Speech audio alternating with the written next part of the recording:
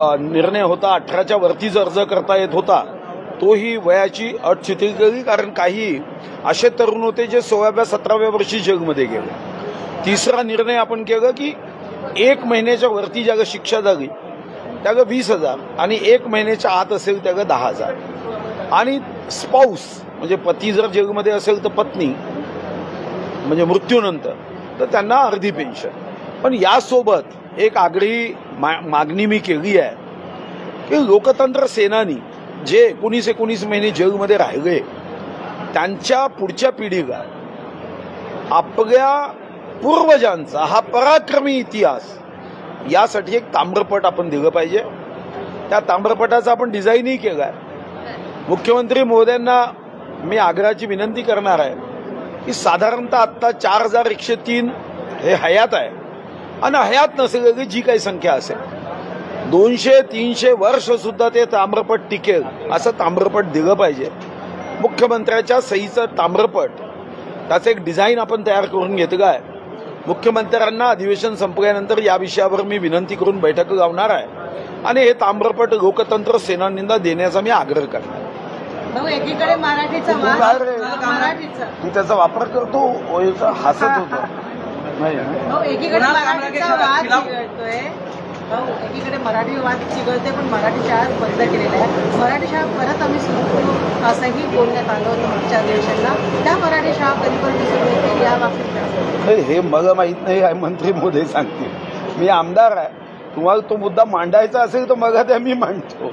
कुणाल कामरा के खिलाफ विशेष खनन अधिकार पास किया गया है, क्या कहना चाहिए? नहीं, वो तो हमारे नियमों के तरतूद में अगर विशेष खनन अधिकार बैठता है तो होगा ना. वो तो हक्कभंग समिति के पास जाएगा और हक्कभंग समिति ये मुझे लगता है कि प्रिविलेज कमेटी उस पर निर्णय करेगी. ठाकरे बंधुओं का ये जो उत्सव है वो होने के बाद गिरीश महाजन ने ये कहा है कि ठाकरे ग्रुप के जो विधायक और सांसद है वो हमारे संपर्क में है और आने वाले दिनों में वो भाजपा में आएंगे. इसमें कितनी सच्चाई है? अभी तक उन्होंने मेरे साथ चर्चा नहीं की क्योंकि मैं भी कामकाज में व्यस्त था, तो मैं उनसे चर्चा करके बता सकूंगा. मुझे तो पता नहीं. उनसे चर्चा होने के बाद कह सकता हूं कि कौन कौन उनके संपर्क में है और कौन आने वाले हैं. इतनी बात तो पक्की है वो संपर्क में है या ना हो, मगर उनके पार्टियों के बहुत सारे सदस्यों को ऐसा लगता है कि अपने नेता बार बार गलती करते जा रहे हैं. ये तो भाव एक विषय है जिस तरीके से एमएनएस आक्रामक हो रही है, कभी दुकानदार को मार रही है, कभी कुछ. एक वीडियो वायरल हो रहा है जिसमें एमएनएस के पदाधिकारी का लड़का उसमें एक मराठी अभिनेत्री की गाड़ी को ठोकता है, उसके साथ बदसलूकी की जा रही है. पुलिस तमाशा देख रही है, एफआईआर रजिस्टर होती है लेकिन उसे छोड़ दिया जाता है. कड़ी कार्रवाई करनी चाहिए भैया. कोई का पार्टी का हो, कोई भी जात का हो, कोई भी ऊंचाई का हो, कोई भी वजन का हो, कोई भी रंग का हो, अगर कानून से खिलवाड़ करता है तो कानून ने भी ऐसे उसको सबक सिखानी चाहिए.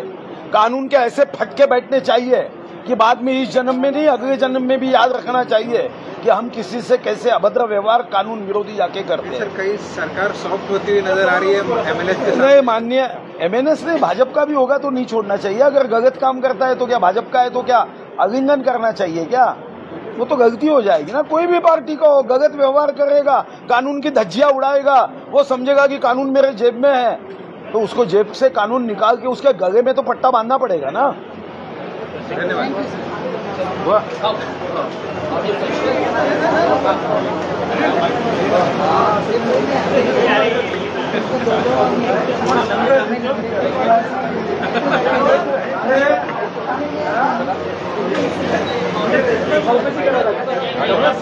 दोनों